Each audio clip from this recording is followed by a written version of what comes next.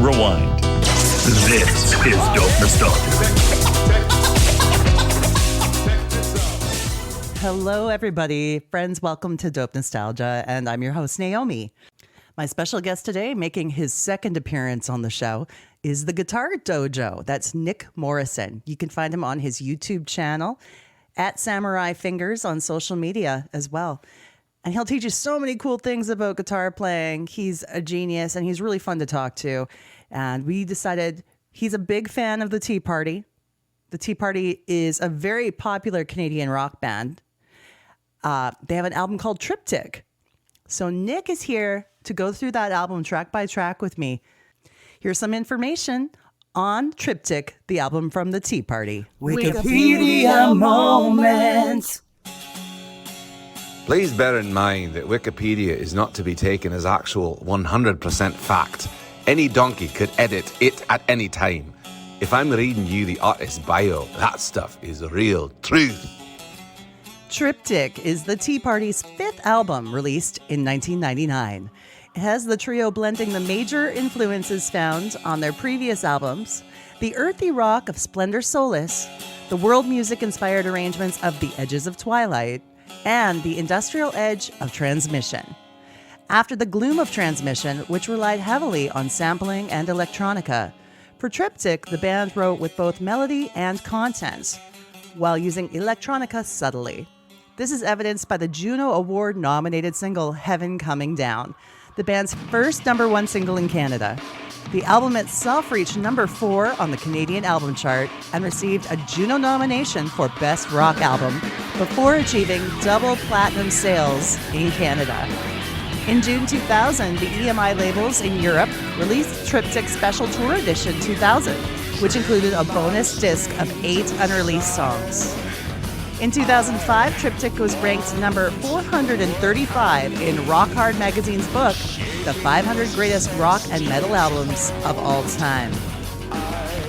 All right, friends, it's time to introduce to you again Nick Morrison, our special guest, the Guitar Dojo.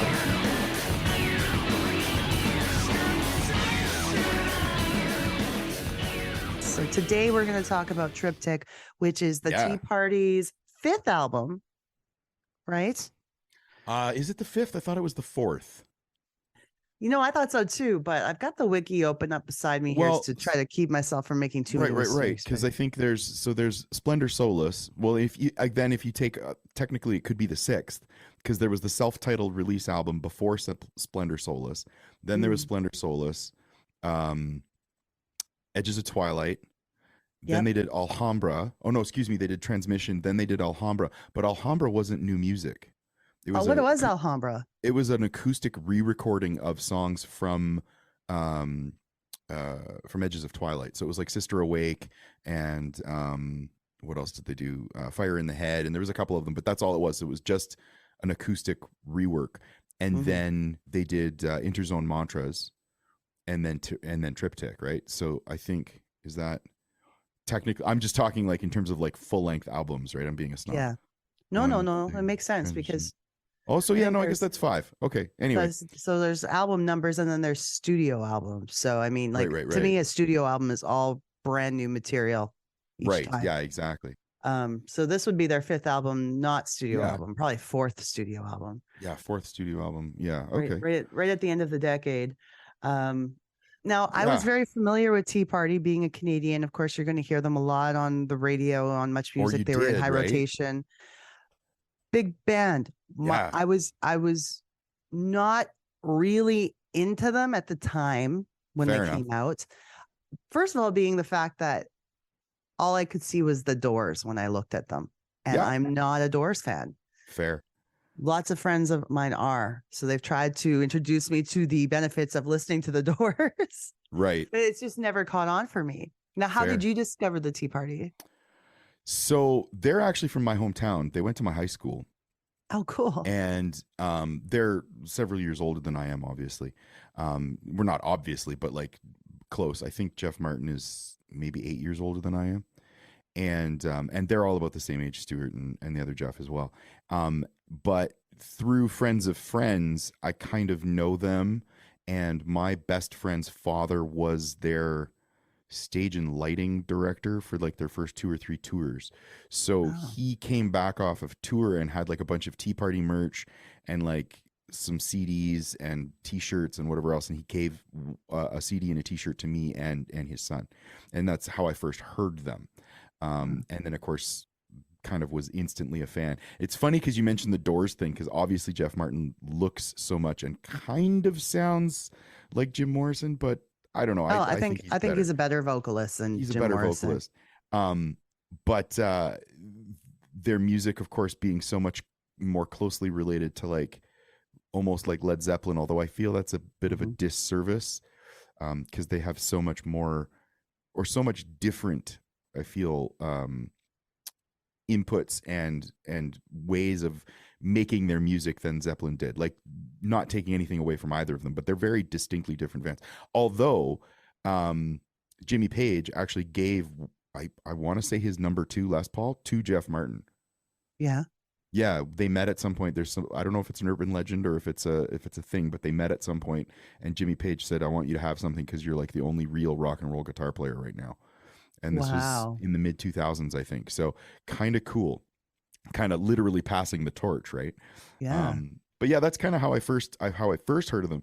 And then being again from Windsor, when I was going to university, there was this, I don't even know if it's still there. I haven't been back in years, but there's this bar called the Aardvark Blues Cafe where they used to play quite a lot.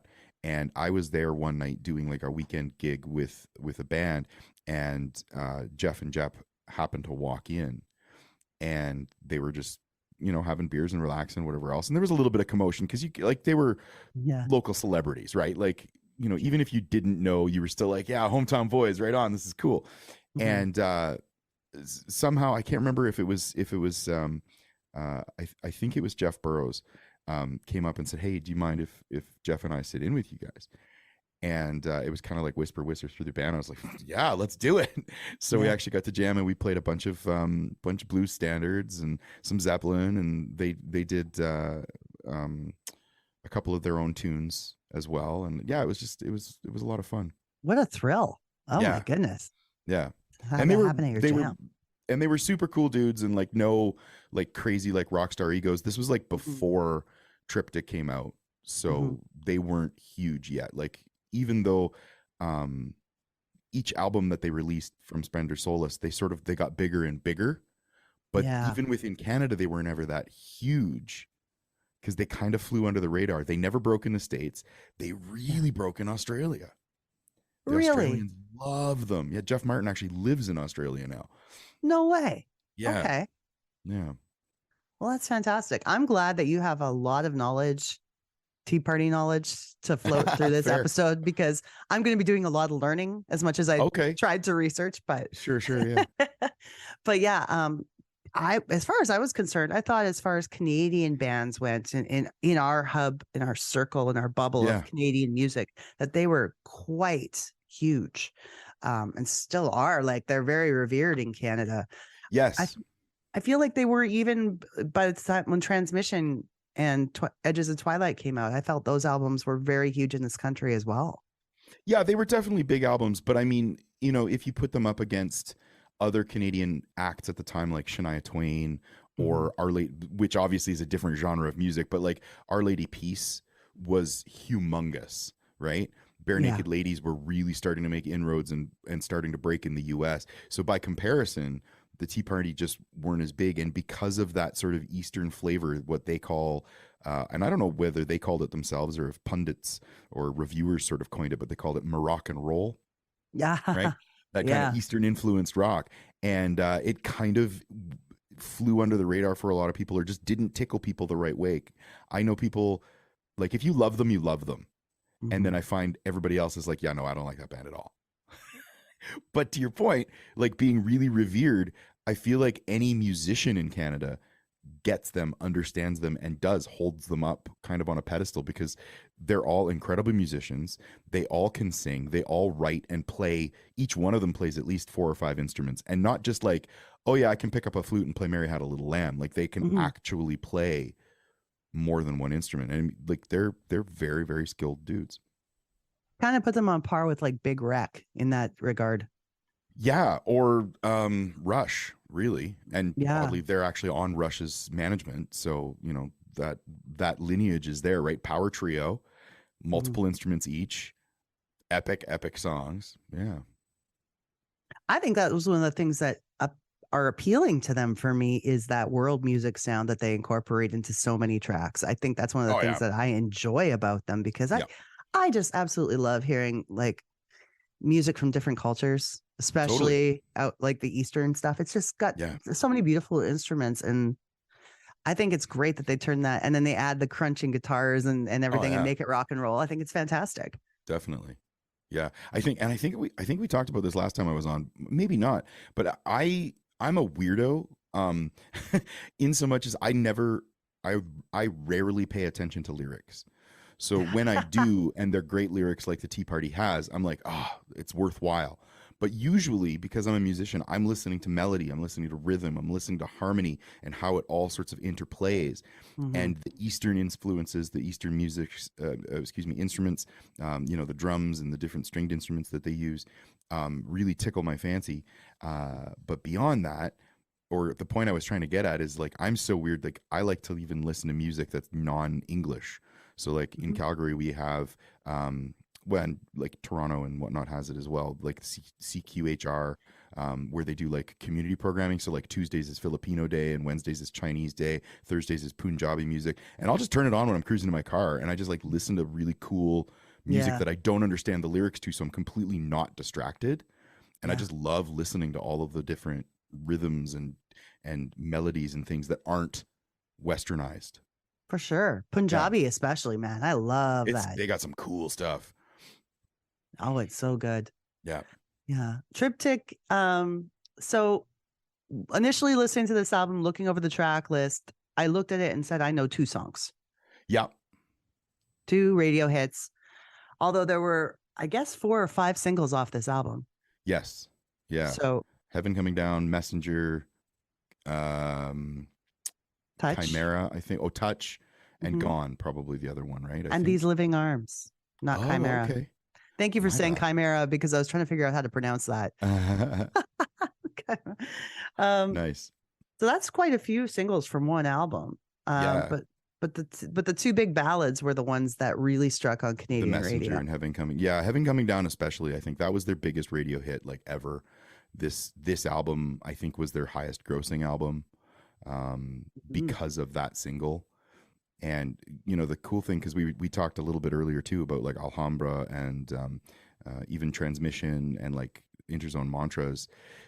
I feel like that was a little bit of them sort of stepping away. Like Transmission especially was like really electronica focused and like a lot more harder rock, and it kind of stepped away from their Eastern influences.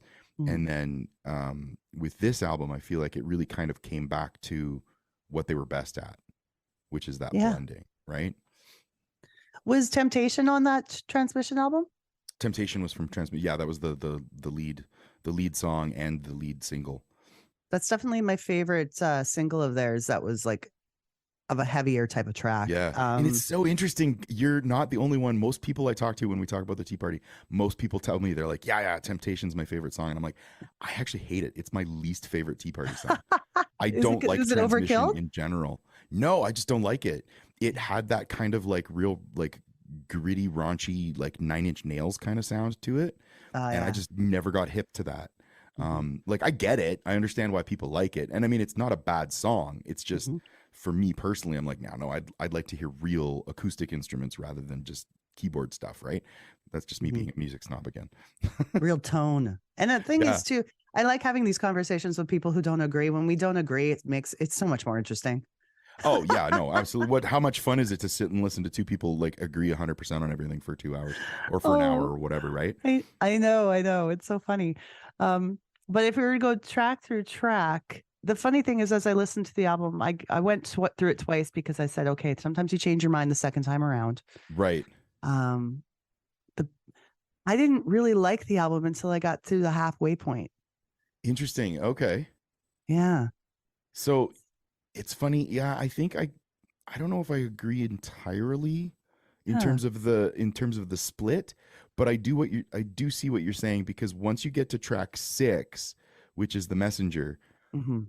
although Heaven Coming Down is a little bit earlier, but like when you get to track 6, it really does kind of take over that more traditional Tea Party sound, feel. Everything got a production, bit more melodic for me a little more after melodic, that a little more point. interesting. Yeah, Touch kind of starts off with like a big farting keyboard, right? Like, right? I hate that. And it's a good song, you know, but Well, yeah, track by track, starting with number 1, Touch. sure. I hated it. Absolutely Okay. hated it. Now, I don't know why. I felt there was too much happening. I can't relax listening to this. It's making me anxious, but I can see why. It's got the energy to kick off the album. Yes. You know, it Yeah, is a good opening track, it but is a it good was just opening like, act. it was like nails on a chalkboard to me. I couldn't handle it. I feel like this is again kind of a little bit of a leftover from Transmission, where they were like trying to be a little bit electronica and like trying to like fit in with the times. Like I Mhm. feel this track, Jeff probably wrote it on guitar, and then they were like, let's try it with keyboards to make it more modern. Like had that been a guitar riff, I Mm. think this song would have been really great, Yeah. you know? But kind of the way it is, it's a little bit like, again, it's got that farty keyboard thing, and I'm just like, no. I love that you say that. It's also it's reminiscent of a track from their next album or 2 albums from their Writing on the Wall, Mm. right? Where it's like that kind of down-tuned guitar, and it's got a very similar vibe to it. Although this track is a little, I feel like the other thing with this song with Touch, it's like a minute, maybe a minute and a half too long. It Like is it could have, 3:57. yeah, it could have been a 2 minute and 25-second song, and it would have been perfect. Like as a radio signal rock song, like that would have been enough. I would give this song another chance if you broke it down to the elements and reconstructed it, like Right. in more of a basic instruments fashion. You know, Yeah. maybe it would be different. And I always try, like I'm like you, I like to listen for the music. I'm not really a lyrical person. Right. And the melody wasn't coming out to me because I felt so buried in all the mechanical sounds going on. I couldn't deal with it. Yeah, it is a very heavily produced album as well. They weren't working with Bob Rock yet, but I believe Jeff produced it. Yeah, well, he produced most of their albums and at least co-produced them. Writings on the Wall, I think they brought in Bob Rock, but that was later on. Yeah. And he was responsible for like the Metallica Black album and like Motley Crue, Dr. Feelgood. So it would have, and those tracks did, when you listen to it, they have a much more bigger, broader, like radio style classic rock band production to them, where this stuff is a little bit more like over the top. Just let's throw everything with the kitchen sink in it too. And it's Stuart Chatwood, if you don't know, I think it was around this time, started doing video game soundtracks. Okay. So he worked on Prince of Persia, and he worked on what else did he do? But like him in his home studio writing these big, massive, like epic adventure game soundtracks, and I feel a lot of that sort of bled into his contributions to the band from this point forward. Which again, it's not a bad thing, but I think it added to the kitchen sink approach of Touch. So. And going from Touch into Underground. Underground, I heard, was quite a popular song. People seem to enjoy it. I felt it got worse for me. How so? I don't know. I think that the actual song itself, Touch had some hope because I kind of thought that, like, if you break it down. Right, because it was a rocker. But Underground, it just does nothing for me at all. Interesting. Yeah. Is it I don't want to be a negative Nancy on this episode, and I'm not going to be, but I mean, like, Fair. No, this is not the track for me. Interesting. I What feel about like you? so this is, again, it pulls a lot of when the drums kick in around 40 seconds, 41 seconds, something like that.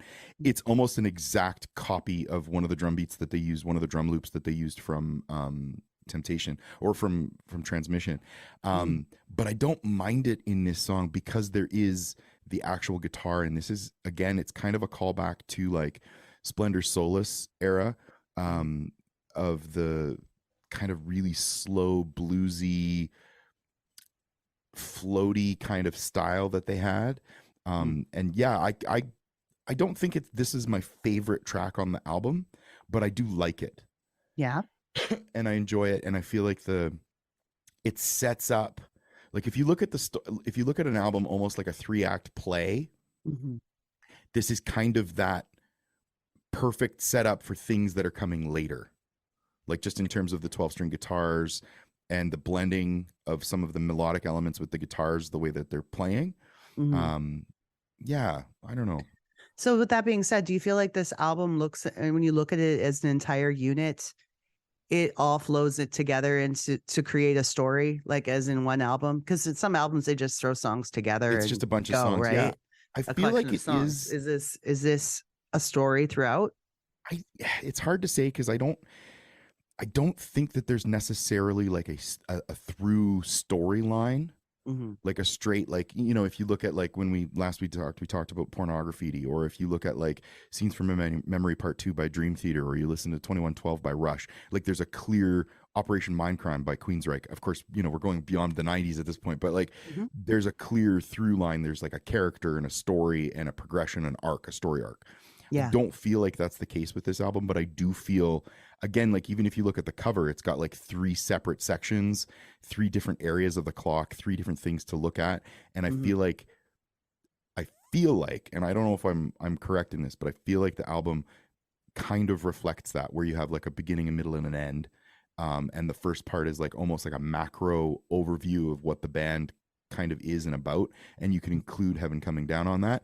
And then you look into Halcyon Days, Messenger, and I know I'm skipping ahead, but you look in the Let's middle go. section and it's a little bit more micro, and it's about the band themselves, kind of what they were going on. Like Jeff Martin had a Yeah. Halcyon addiction, that was kind of the whole point. Oh. And different things that were going on. And then the last section again is kind of like that middle, and again I'm talking about the pictures on the cover, but it's like that middle point where it's like, it's almost like 3 sides to every story, right? Like Yours, Mine, and the Truth, Mhm. right? So micro, macro, micro, and then kind of medium shot, and then kind of almost like a happy medium to end off the album. I feel like Okay. maybe thematically that's what they were going for, and maybe that's just me being hopeful. I don't know. Oh, yeah, I agree. I understand that it feels like when you listen to it that the songs do tend to be placed in the right positions. Mm-hmm. Not necessarily story wise, because like I said, I'm terrible at listening to lyrics anyways, but like, Yeah. yeah, I feel like music wise, they are in the right spots. Yeah. It's not just thrown together. No, definitely not. No. Did you want to elaborate any more on Underground before we move on to The Great Big Lie? Yeah, I was just gonna. I feel so. The last thing I wanted to just mention is the very ending, the final like 12 seconds or so, Mm-hmm. where you get some. Again, this is part of my theory on the setup of the 3 parts, where we get some echoing. You hear a little bit of a clock, and then it ends on the piano just kind of moving up the melodic minor scale in this weird, haunting, reverby kind of way. You know what And I'm I going feel to like do? I'm what's going to that? share my audio and just play that. Sure. You're cool with that? Yeah, and it's like the perfect slip into Heaven Coming Down. Oh no, sorry, because the next one's Great Big Lie, right? Your But it's audio. again, it's that. But Going yeah, into- that's. Oh, sorry. Go ahead. You finished your thought. Oh yeah, just it was that last sort of 15 seconds from Underground, which actually goes into Great Big Lie. But the ending of Great Big Lie also has like a kind of a weird fade out that then goes into Heaven Coming Down, and I feel like those two kind of together elements set up the Heaven Coming Down thing. But we can talk about Great Big Lie after. I think next actually is what As we should. Yeah. Great Big Lie. I was starting to warm up to that song. Like, Yeah. So far, it was the next one going, okay, I think that this is going to get better as a listening Yeah. experience for me. But it's still not a song that I would add to my music collection yet. Fair. We aren't quite there yet for me, but It's a what about little you? plodding, isn't it? I like it. I feel like it's got a lot of really cool elements specifically, and again, if you're going to fly this in later, around a minute 30, what is it?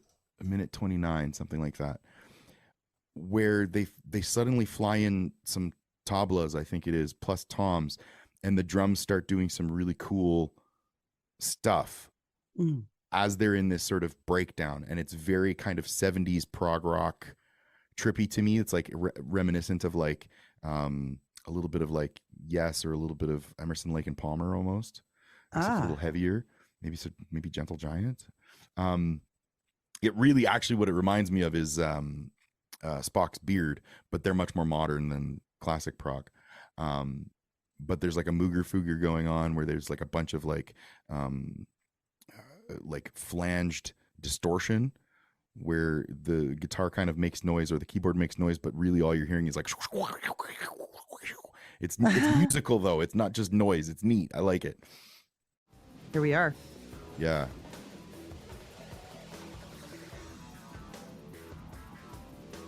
That feels Nine Inch Nails to me. Yeah. But then there's that sound effect, right? That. But the whole while, there's some really cool percussive stuff going on back in the background too. Yeah. Just a neat breakdown. Oh, yeah. I actually really like that breakdown much more than a standard guitar solo, even. Like, Yeah. I felt that felt really good to add to that track. Yeah. Yeah. It gave it something. It gave it something. Mhm. Oh, for sure. Like, I think melodically, there's not a lot happening for me there. I don't know, but definitely made it way more interesting. And musically, I think it was a well done song. Mm. Going And into, then of course it fades out, right? And it uses the same sort of some of the same elements it borrows from Underground, and then it slips into Heaven Coming Down. their first #1 song in Canada, Yes. Heaven Coming Down, and I absolutely love the song. Yeah. I think most people who hear it like it because it's radio friendly. Yes. Very radio friendly, very melodic. Yeah. You can hear the traditional sounds of the Tea Party, I feel, in the guitar still. Yep. Yeah, because But, he still uses his open tuned guitar. Mhm. And he's got some, very Tea Party isms. Yeah, Tea Party isms. I like that. But yeah, I think it's a simply written melody, and I think personally as a writer that it's harder to write something that catchy, melodic, than it is to write some kind of huge opus. Like, I think it's harder to write the hook. Yeah. Well, I mean, I think they're difficult for different reasons. Mhm. But certainly writing radio hits, as much as, I mean, I think a lot of musicians, and when I say that, I think what I mean is unsuccessful musicians, Mhm. they will slag on people that write radio hits. Like, oh, I mean, anybody can write a pop song, but it's like, actually, no. It takes a lot of work. It takes a lot of effort. And sometimes you just get lucky. But other Mhm. times it's something that you work at and you actually figure out, and they really figured it out with this one. Now, so my Yeah. question to you is, though, have you ever heard them do this live? Or if not hearing them do it live, have you ever heard the song that it basically is? No and no. I have not.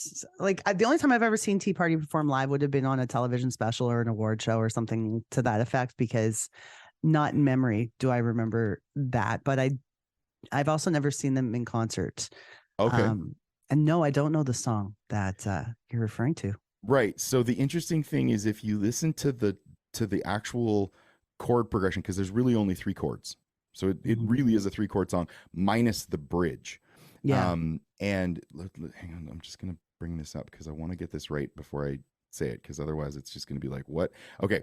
So the chord progression as Jeff plays it, and the actual sort of rhythm of the song, everything in terms of the root movement. Now, Jeff plays a much better guitar part than I'm not going to say the original song, but I'm going to say the other song.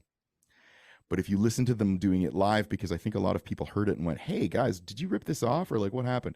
So you can literally overlay With or Without You by U2 over Heaven Coming, Oh, and it fits exactly, with the exception of the bridge. with the exception of the bridge. And so much so that when they do it live, they literally break it down and do With or Without You in the middle of the song. That's cool. I love It's very mashups like cool. that. Yeah, it's a great mashup. Now, I don't know if they wrote the song purposely to do that. It's very likely that they could have, right? There's that old saying, a good artist borrow, great artists steal. Because at the end of the day, there's really only like 20 odd songs in the world that like people actually like. There's right? only so And many that- chords. This There's only is so it, many and chords. everything is just You a can't- variation of it anyway. You can't sue So- for plagiarism with chords. It's just not right. You can't do that. Yeah, exactly. So, who knows if it was intentional or if it was not, or if it was just subconscious. But either way, it's a really cool mashup and it works perfectly well. And I highly encourage you and the listeners, if they've never heard it before, search the Tea Party Live, Heaven Coming Down, With or Without You. And it's gorgeous. It's beautiful. I mean, Jeff Martin's voice, the longing that he can emote is just, it's top notch. Especially in that bridge. Yeah. In that bridge, it's very emotion filled in his voice. I can hear that. And I think going back to the With or Without You thing, like, I think it happens all the time. And I think sometimes you write the song and someone will tell you later, hey, I sang along this song to it. And then you go, oh, okay. Yeah. Well, I guess let's just play with that then. Sure. But yeah, I'm going to add that to our YouTube channel in my playlist of featured artists. I'm going to add that video. Yeah, definitely. You should add it. It's so that people can check it out. It's a great mashup for sure. And there's lots of them. And again, sometimes you do it by accident, sometimes you don't. There's a great one. And of course, they're several decades apart. But so what is I can't even remember the proper name of it. Oh, Folsom Prison Blues by Johnny Cash. You can sing the lyrics to Pinball Wizard over top of it, and it works perfectly. Have you ever heard the 4-chord song that came out of Australia, The Axis of Awesome? The Axis of Awesome, yeah. And it talks about this exact phenomena. Yeah. Yeah. Just change the key. Yeah. Put all the songs together. It's fantastic. Yeah. And I mean, again, that's that 145, 1645, I think it is. That's the that progression. 4-chord song. Yeah. And it's just so, well, it's Pachelbel's canon. That's really what it is. Right. But I mean, it's the backbone of like nearly every major blockbuster #1 hit over the past 50 years, 60 years at this point, right? 75 years. Oh God, we're old. Anyway. It's true though. I think that it's amazing. Now I feel like we should challenge ourselves to write a song to that same progression, but I'm like, maybe another day. Sure. Another day, another podcast, right? Another podcast. Yeah. All right. After these messages, we'll be right back.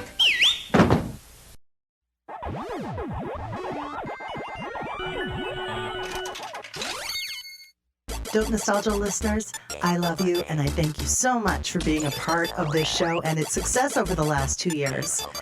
We have what's called Patreon for those who want to support the show financially. For as little as $1 a month, you can become a subscriber and get bonus content, early podcast release, all kinds of cool behind-the-scenes stuff, and more.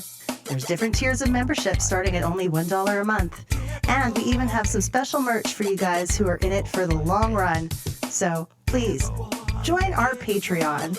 It's at www.patreon.com/dope nostalgia. Throw on your Jinkos, Baby Tees, and Doc Martens, grab your Lisa Frank Trapper Keeper, and join Jackie and Danielle on a journey to the late 90s as we reminisce about the movies of our youth on the No More Late Fees podcast. Don't forget your flannel and butterfly clips. And remember, be kind and rewind.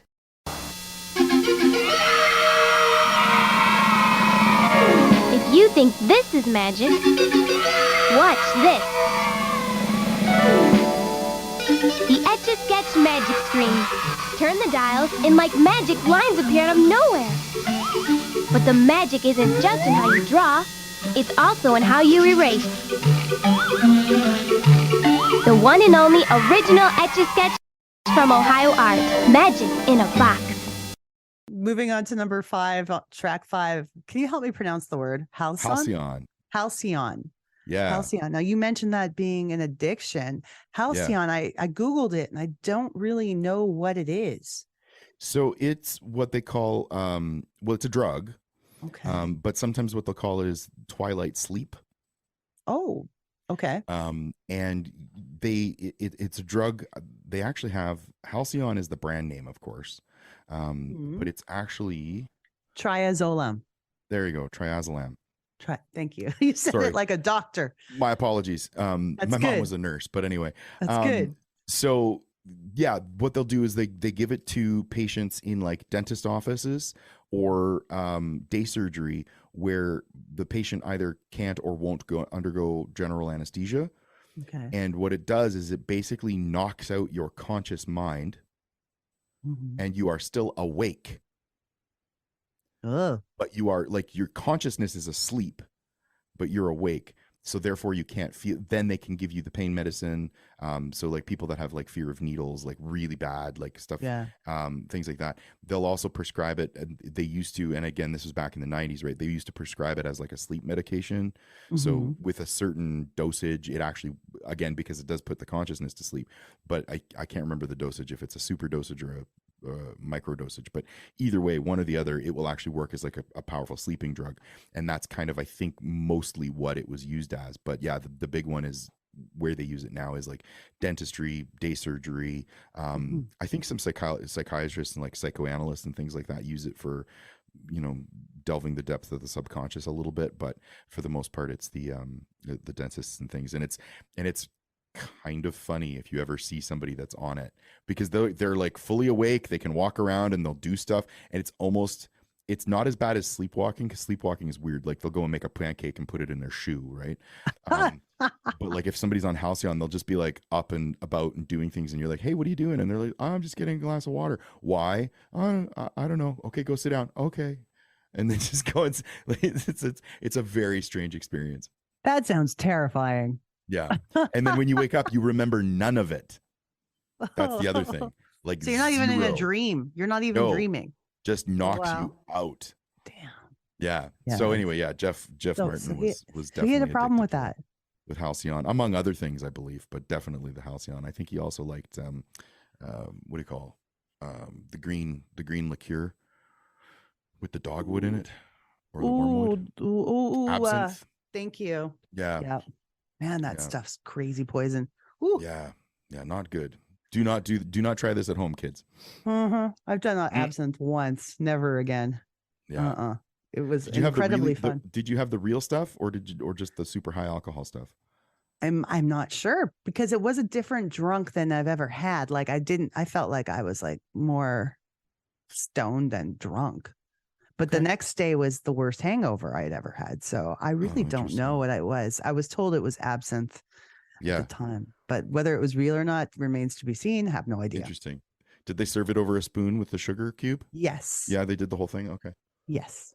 It's possible that it was the real stuff. They usually what I've found is, again, because this is since the late 60s, mid 70s, maybe it's like real absinthe is outlawed in the United States and Canada.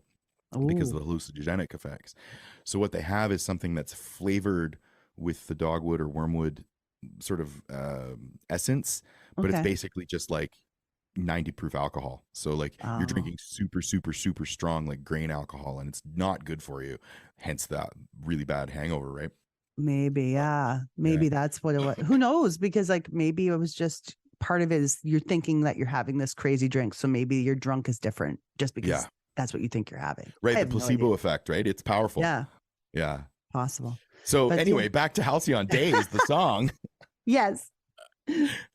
What do you think? Oh, I'm starting to, like I said, more into the halfway point is when I'm really embracing the songs, but I can dig this song. Because I dig that we're back into that world music flavor again. Yep.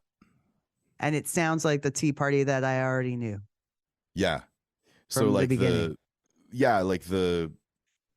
cycling of the hurdy-gurdy, right? Yeah. And that kind of like, I don't know, the oud, the Middle Eastern oud that he's playing. And this is very droning. They never really leave that through the whole song, right? It's kind of like that one tonal background working as a backbone through the entire song, and then everything else kind of floats around it. So you do get that very almost like drunk, high, opioid kind of feeling of it, where it's just like probably what makes sense. Which is probably what they were going for. Yeah. It's a cool one. I like the ending of this song, I think, more probably from around, okay, so I'm going to try and look at it from the actual time code now, not the time left. Probably from the 4 minute on mark. I like this song. That to me is when the song really kicks in. But the funny thing is you can't have those last 4 minutes unless you have, or the last 2 minutes without the first 4. Mm-hmm. So you have to listen to it to like build it up, right? But that's the payoff, I think, when you hit that 4 minute mark and it kind of does the ascension. And it's a very cool moment in the music to me. I want to hear this. So we're gonna go near the end. It's almost a 6 minute track too. It is, yeah.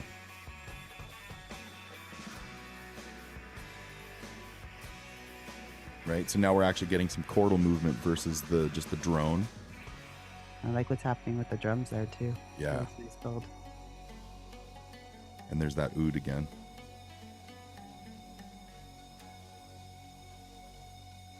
I think you're actually at the end of the track, eh? Yeah. I am. Oh. Yeah, it just runs out to the end with that. So that's that humming in the background throughout the entire thing, where it kind of ends on that still being there. Right? Which part? Well, that's just synth, I think.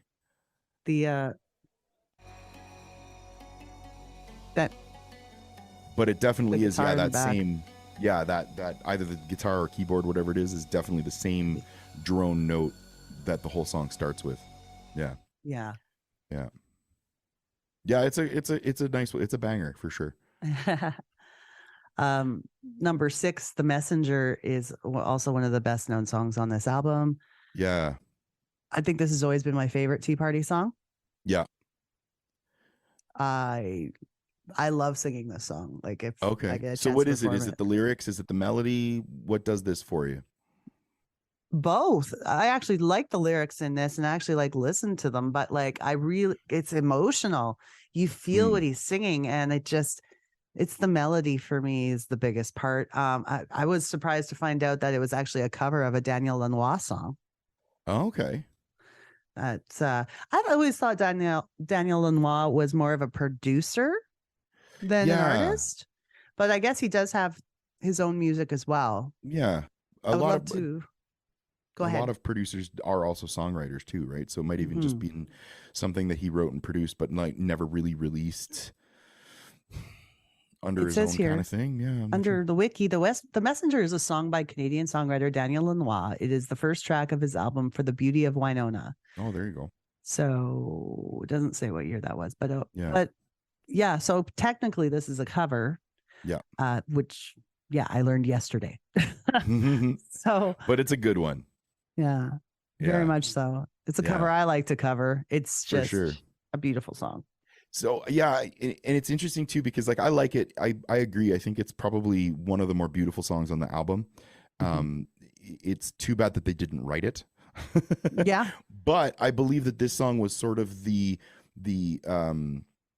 seed, if you will, that Jeff then later, when he did Oceans, and when he did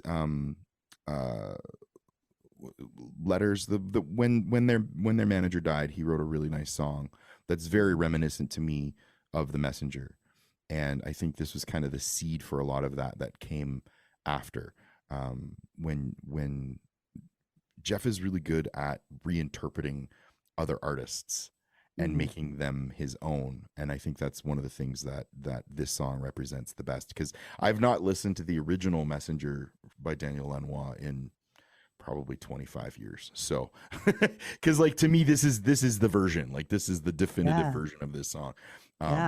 So yeah. I'll have to throw in a clip of the original so that people can get a taste of it. Vastly different. I bet. Right.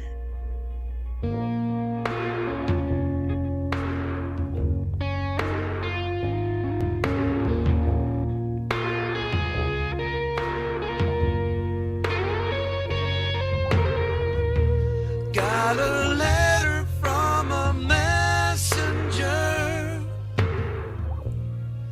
I read it when it came.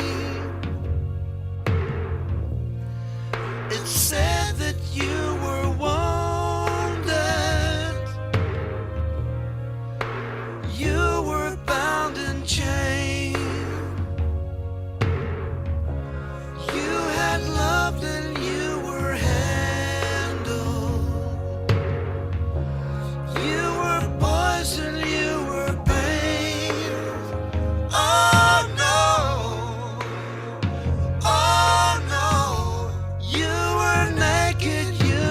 ashamed.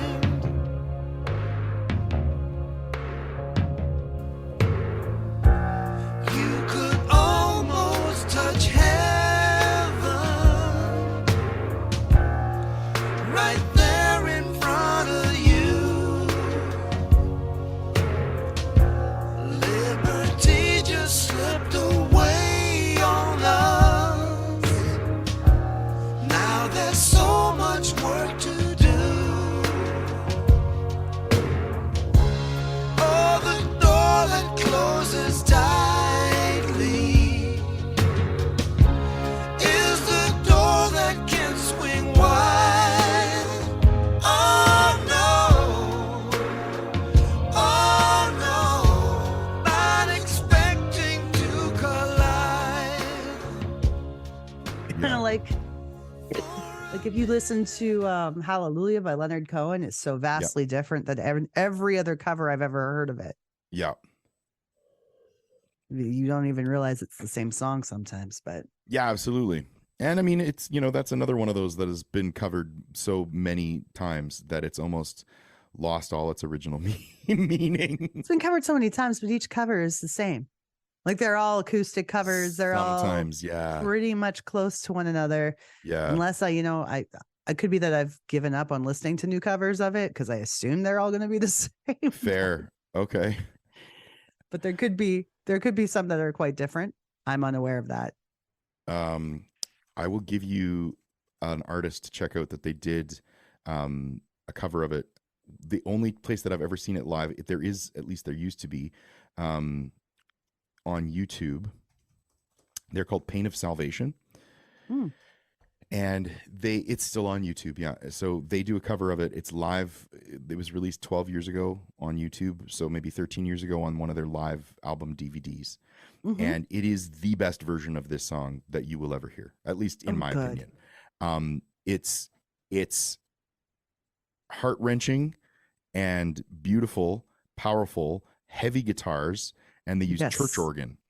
And it's really cool. Pain of Salvation is a very, very like heavy, progressive, like black metal band from Scandinavia, if you've never heard of them. Daniel, what the hell's his name now? The singer. Sorry. Daniel David or Daniel Glidnow. And the dude's got a voice. And he can scream and growl and like get guttural and like really gross if he wants to, but he can also sing like an angel. Okay. It's a very interesting, and he does all three of those things in this cover of Hallelujah. So if you've never heard it, go check it out. Thank me later. I will check it out. Yeah. So this is the point in the album, of course, where I feel things are starting to get a little more enjoyable for me. Right. Although at some point I must have really like just The been tea has steeped. embracing. The tea is, yes, it is. It's steeped and ready to be poured. I love this analogy. But for some reason, I really stopped taking notes. Okay. Maybe I was just listening at that point. So Okay. I might be a little bit behind on having things to say about each song. Sure, no so I worries. apologize on that. But we go into pronunciation again. Samsara. Yeah, Samsara. I don't know exactly. Samsara? I don't speak Arabic, but I think that's pretty close. And yeah, this one starts off with like, I don't know if it is specifically, but it sounds like a call to prayer, right? Or some sort of thing. You get the essence, like you're sitting in like old Bangladesh or like old Baghdad or like some market square somewhere in, the north of Africa in Egypt or something. And then of course you're hit then with the djembe drums, and you get like some like fiddle or violin or something. Again, just adding to the mood. This song is all about mood for me. Yeah. What kind of, was it a major or minor key for this one? This is minor for sure. Yeah. Yeah. think And I they mean, use really, minor it's like a keys full minute of like intro and mood before like anything, before the drums enter and Jeff starts singing. Do you think there's a point that we should play here to listen to? If you're talking about like setting the mood, like if you do maybe like 45 or 50 seconds into like a minute when he actually starts kicking in, and then you're like, oh, okay, so that's what that song's about.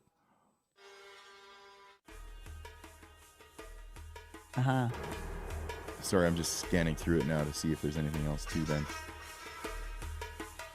Yeah, see, at this point, I'm Yeah. just kind of like relaxing and listening to it, Yeah. taking it in, rather than I stopped making any kind of points. It's cool. Wasn't my smartest idea, but still. Yeah. I mean, I think production-wise, this one's using quite a lot of samples. I don't know if they recorded them themselves, but it's definitely the use of the blending of those elements, plus the samples, plus the live band. Like, and it really is. This is classic Tea Party, you know. And it's layered well. It's not like touch. Yeah. It's layered in a way that's not like too much going on. Because they don't have the farting keyboards. And we got nice harmonies. Yes. Harmonies. We need vocal harmonies. Right, and that's kind of what samsara is, right? It's that cycle of life, the cycle of pain and suffering. So it's a bit on the nose, I think, in terms of like lyrical content and like concept for the song itself, but it works because again, it's that Eastern philosophy, Eastern sounds, da da da da da. Put it all together, and you're like, oh, okay, cool. This is a rock song. This is a rock song, right? Have you ever heard the Tea Party discuss maybe in an interview why they're so influenced and why they use so much different sounds and instruments world music wise? Because I'm not saying, I'm so blown away by how good they are at it. Yeah, they have talked about it, and I mean, a lot of it I think comes from where they came from. So like if you look at Windsor in the 70s and 80s, there was a huge influx to the population of Windsor of Lebanese, Moroccan, Nigerian as well, and although more of them came later, so Lebanese, and then also other Arabic and Middle Eastern, so Iraq, Iranian, Kuwait, those folks. And so they were starting to, like, I went to school with a bunch of like some Indian kids and like Iranian and Lebanese. Like my best friend growing up was Lebanese. So like I feel like they had that same sort of mixture of cultures and foods. Like that's when, you know, shawarma started to make its way into Windsor. Now it's like there's a shawarma place on like every corner, right? It used to be, and this was like, again, this sort of like late 80s and into the 90s. If you go a little bit further back, like my family, like my dad's family is Greek. So like if you look at like the 60s and 70s, Windsor was like all Italian and Greek. Right, like every other restaurant was like a Greek restaurant, like Flying Jimmy's, or you know, like an Italian, like Mamma Mia's pizza pasta, you know, and then it started to change over a little bit. So I think that was that influence that they just saw and heard, and people they were hanging out with, and you know, there's a great tradition in, I think, Middle Eastern cultures where many cultures are like this, but like, you know, it's not uncommon to sit and gather with the family and have a meal, right? You know, in the evening, but it's like an all night affair where it starts at like 6 or 7 at night and then goes till 2 or 3 in the morning.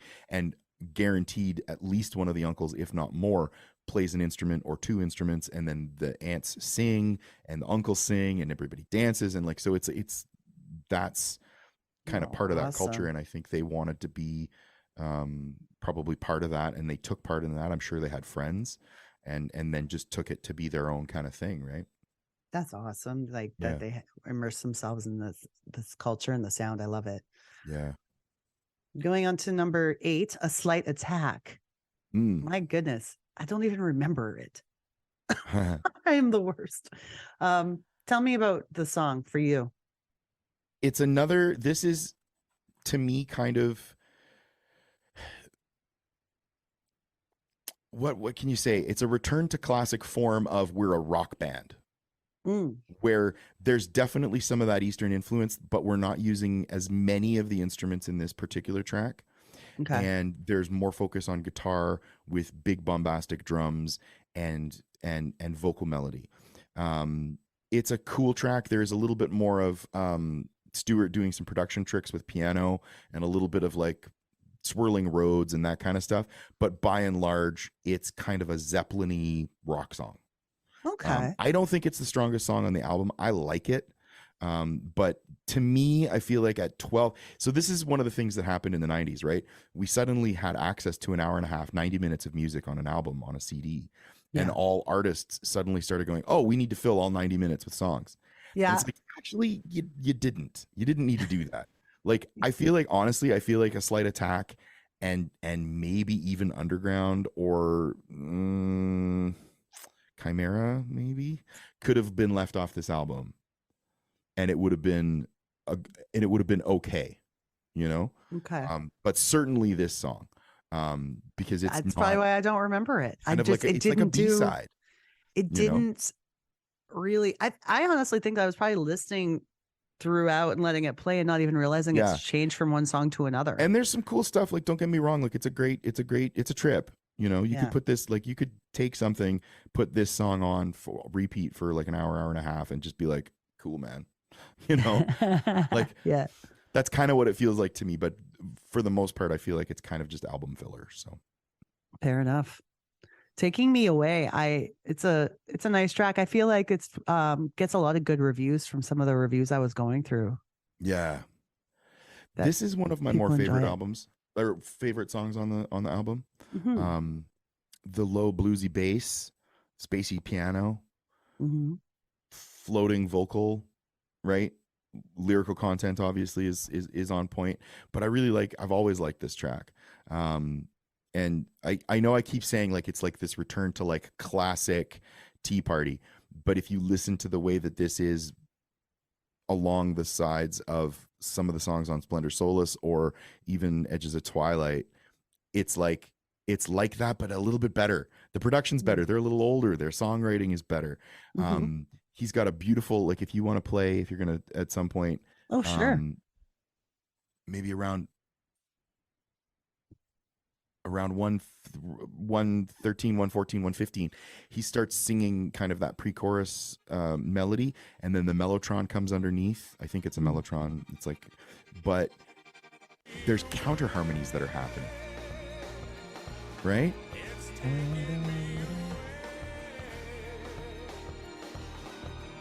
Right, and they just all work. Right? He might even be the counter melody to the strings or the mellotron. But it's also cool because this isn't a straight ahead 4/4, right? Yeah. Got that kind of neat little swing to it, It does swing. right? Yeah, I was trying to find the right word to describe what the beat was doing. yeah, Nailed it. yeah.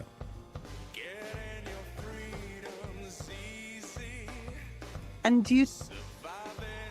That's the first time I can remember them doing that kind of a swing sound to a song. Yeah, like a swing or like a shuffle. Yeah. I feel like probably there's something I think on the first album that has it as well. The couple of the acoustic straight ahead acoustic tracks have a bit of a shuffle to them. I'm trying to think of specifically the song, but they've definitely used it. But this is where it's really prevalent because the drums carry it, and so you really notice it more. I think it's easier to do like a shuffle or a waltz acoustically and just kind of have it happen. Like, again, if you listen to like any sort of like classic Celtic music, like it's all in 6/8. You know, it's kind of got that sea shanty, right? And but it kind of moves, but that's just kind of how you expect it. But it's almost under the radar because there's no drums specifically. It's just kind of happening. Whereas this, you're like, oh, okay, cool. There is a shuffle, there's a groove. It's on par, at least for me. And this is, again, it's one of my favorite. This is one of my favorite tracks on here. It's got that groove very similar to like the Purdy Shuffle. Right? If you're not familiar with it, if your listeners aren't familiar with it, look it up on YouTube and you go, oh, that's the Purdy Shuffle. They used a variation of it, Jeff Porcaro on Rosanna by Toto. Oh, right? okay. And this has got that same lineage, right? That's kind of where it's coming from. Not necessarily, it's not copying, but like that same kind of feeling. You're like, ah, oh, that's cool. That's why it feels like that. Yeah. Yeah. Okay. Yeah, I want to that's a look up good the one. Purdy Shuffle.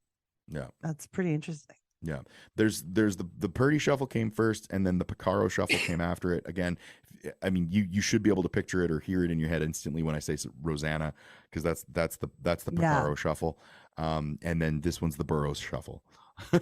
You know, I love Toto. Glad Yeah. you said that. Track so number good. track number 10, These Living Arms. Yeah. Now I felt think a I said, great melody here. Great melody returns to this. yeah. album. I love it. What were you going to say? Which part, verse or chorus? Chorus. The chorus is always what gets me usually, but I mean, if I'm a big fan of pre-choruses. Yeah. Like the lift and then the fall? Yes. Yeah.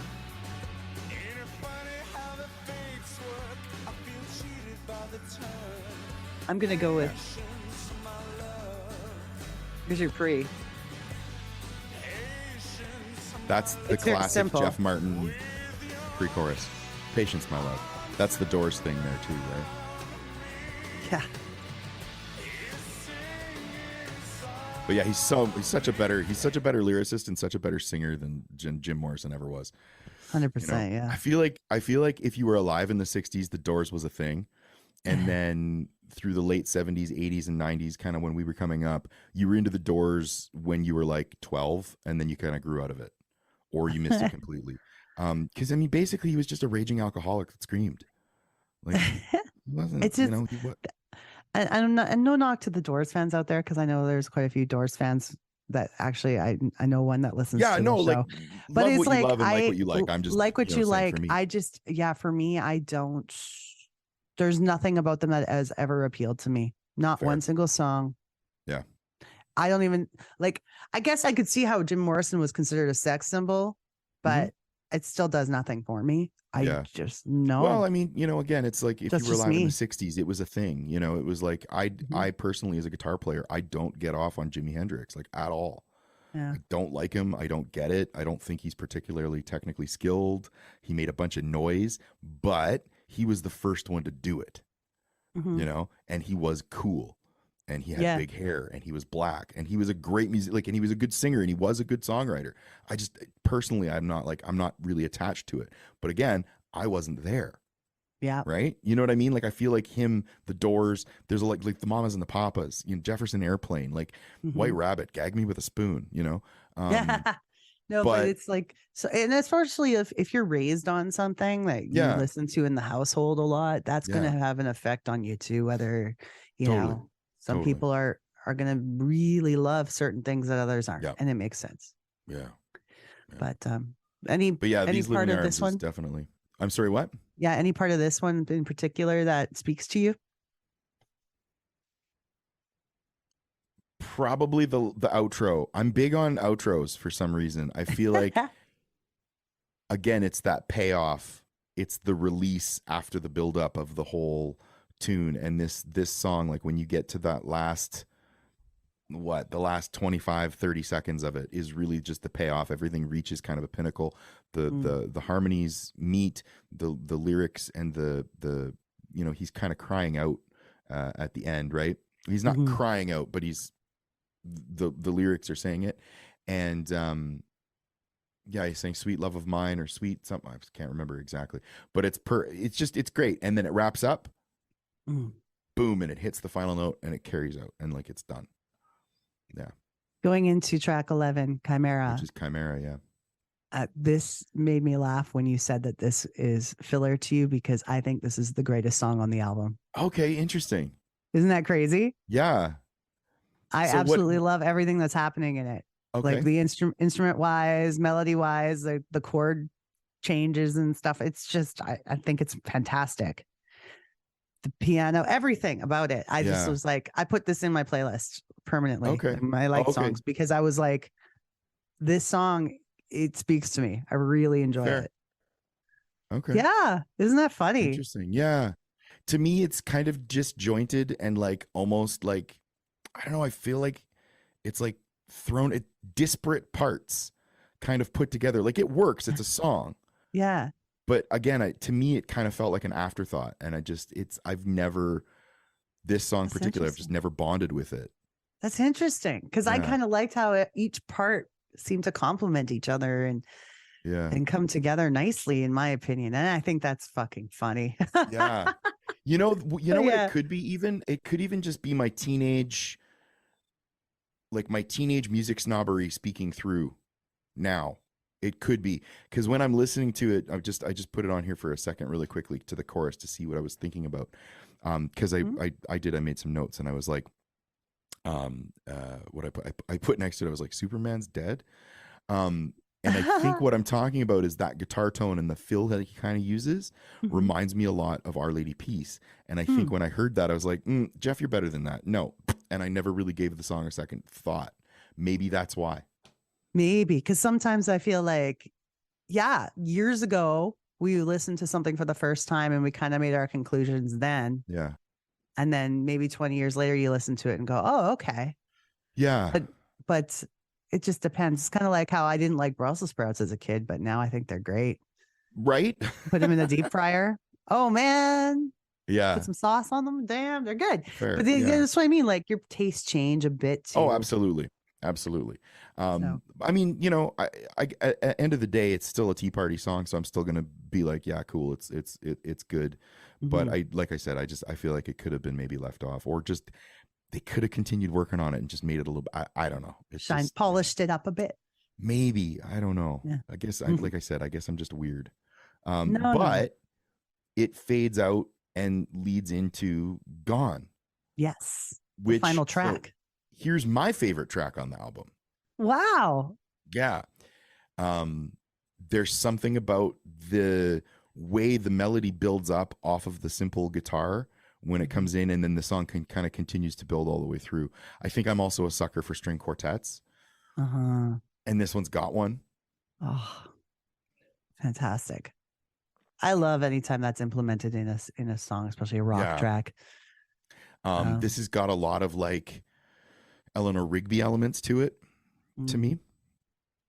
With the sort of not what do you call that? Like the just the strings with the sharp attack versus long drawn out stuff. I really like it, and it's kind of simple. There's no drums on this, but it's got that. I don't know. There's some shaker, right? But it's got a really cool. I don't know. It's got a really cool vibe, and I think again adds that tactileness there. Yeah, it's just reminiscent of Eleanor Rigby, and I really like it. I think it's just a really cool track. The breakdown and like when the string quartet really sort of comes into its own in the last like the last quarter of the song, I think, and it just really finishes. It's such a strong album closer. Maybe that's all it is with Chimera to me. It's sitting too close to Gone, and I'm just like, this is the better song.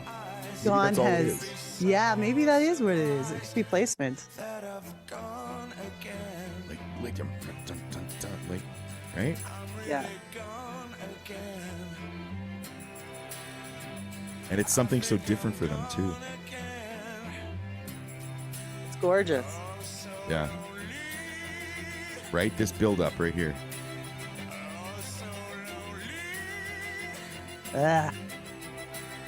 Was that a yuck? No, yeah. Oh. Yeah, sorry. That was yes. Yeah.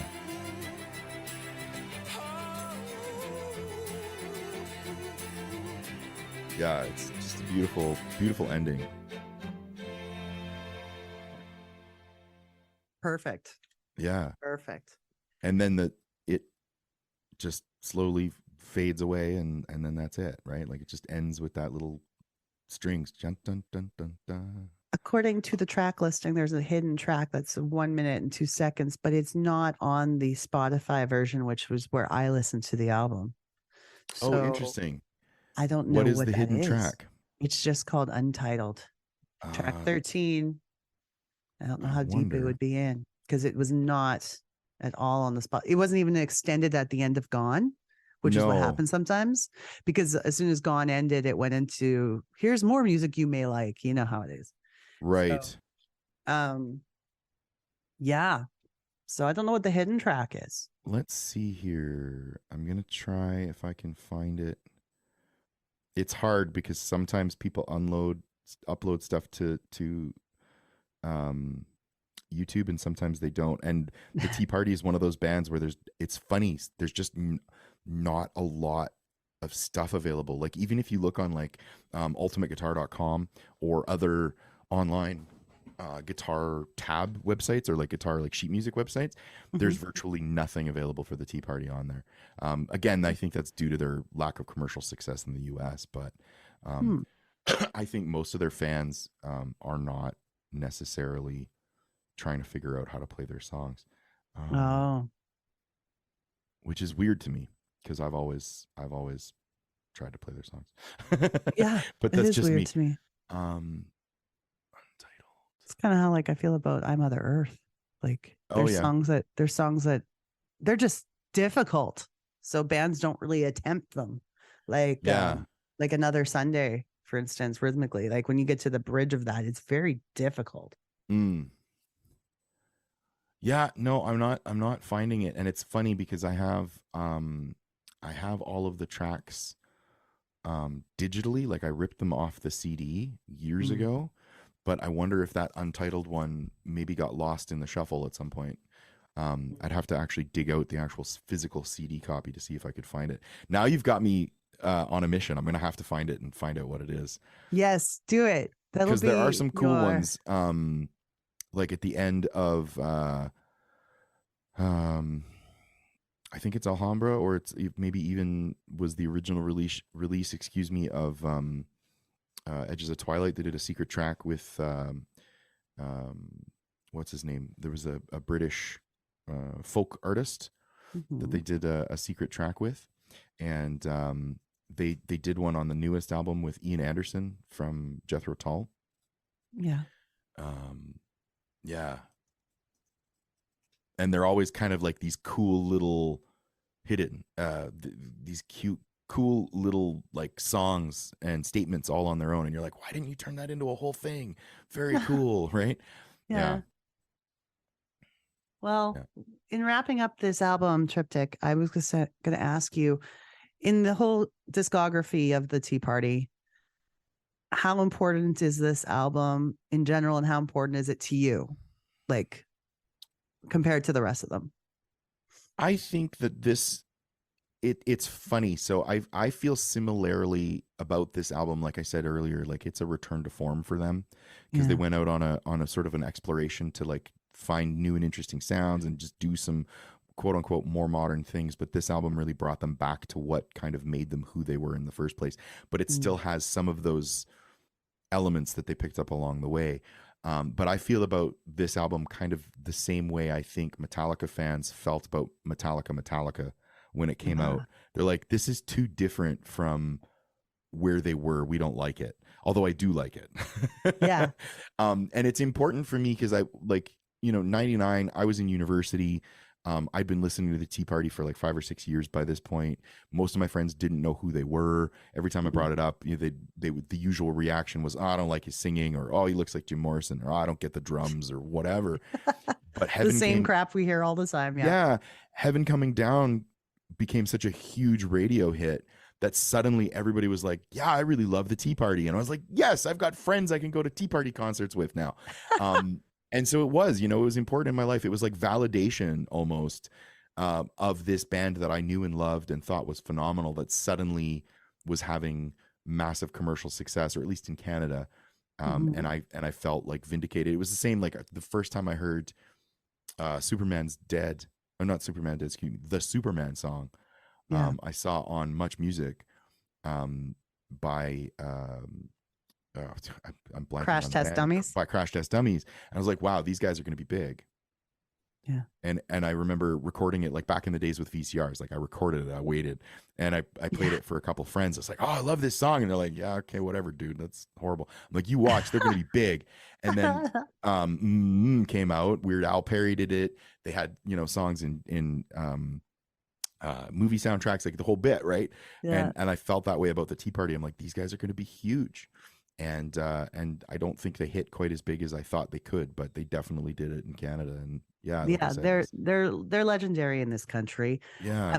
Something to be said. It's funny because I like having a band that feels like my little secret. Okay.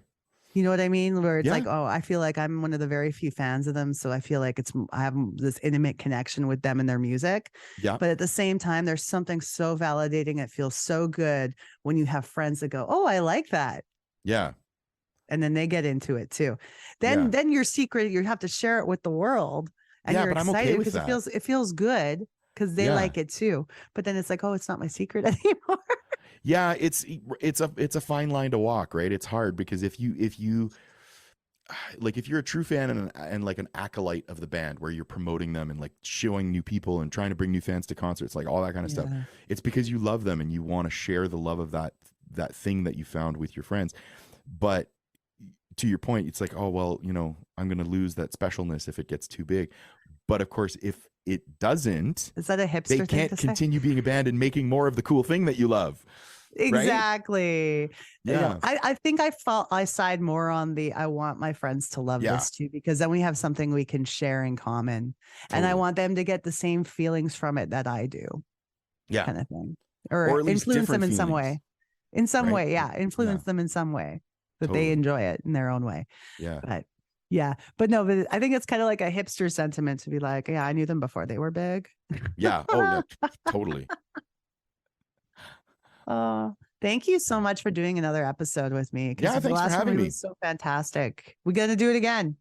Yeah, absolutely. We'll Hit pick me up. another album. We'll do it another 2 or 3 months. Yeah, exactly. We'll pick another album. So hopefully it'll be some. I'll drop some ideas for you and see. Sure. It's an album send that me an I know email. better. I'm sorry if I wasn't completely as knowledgeable as I should have been for this one, but I'm a learner with the Tea Party. Yeah, More totally. than- No, I think it's fun to be able to share some knowledge, but also part of at least the thing that I feel about your podcast is it's like nostalgia is, yes, definitely going back and looking at the things that we loved, but it's also sometimes re-looking or re-examining the things we loved and kind of go, what did I miss, or what can I learn now 20 years on, 30 years on, or however long it's been. And I think that's the power of it. And so that's the fun part for me, was like listening to some of your reactions to the songs and going, having the differing opinions from where I was sitting and that kind of stuff. And I'm like, oh, that's cool. Introducing somebody else to this thing for the first time, like we just said, but also like seeing where your process of taking it in has changed in 20 years. Mm-hmm. Do you look at it differently now? Yeah. I can't watch the show Elf anymore. The movie? No, Elf, the TV series with the alien. Alf. The alien. Yeah. Favorite show when I was a kid. I loved that show. Yeah. It's terrible. It's really bad, isn't it? Yeah. Don't go back awful. and watch it. Yeah. So you're the way you take things in change, your taste change. Totally. Yeah. Totally. I think it's more so with TV shows and movies because they are so visual. Whereas music is like a book, production wise, you can listen to stuff and go, wow, yeah, that's very 70s, or, oh, that's very 60s, or whatever. But a lyric 80s. and melody is always going to be the same. Exactly. The lyric and the melody, if it's singable and is good, it's always going to be singable and good. Yeah. Right. So yeah, it can last. Humor changes too. Yes. Jokes change. Yes, very but we much so. found funny before. We don't necessarily find funny now. Yep. So yes, nostalgia is very interesting. And I'm glad you were a big part of this with me. So thank you. Thank you so much. Yeah. Thanks again for having me. Hit up our Instagram, dope_nostalgia. You like Twitter better? That's cool. Nostalgia dope. Or shoot us an email, dopenostalgiapodcast@gmail.com. This podcast is licensed by SOCAN because we believe that artists should be paid for their work.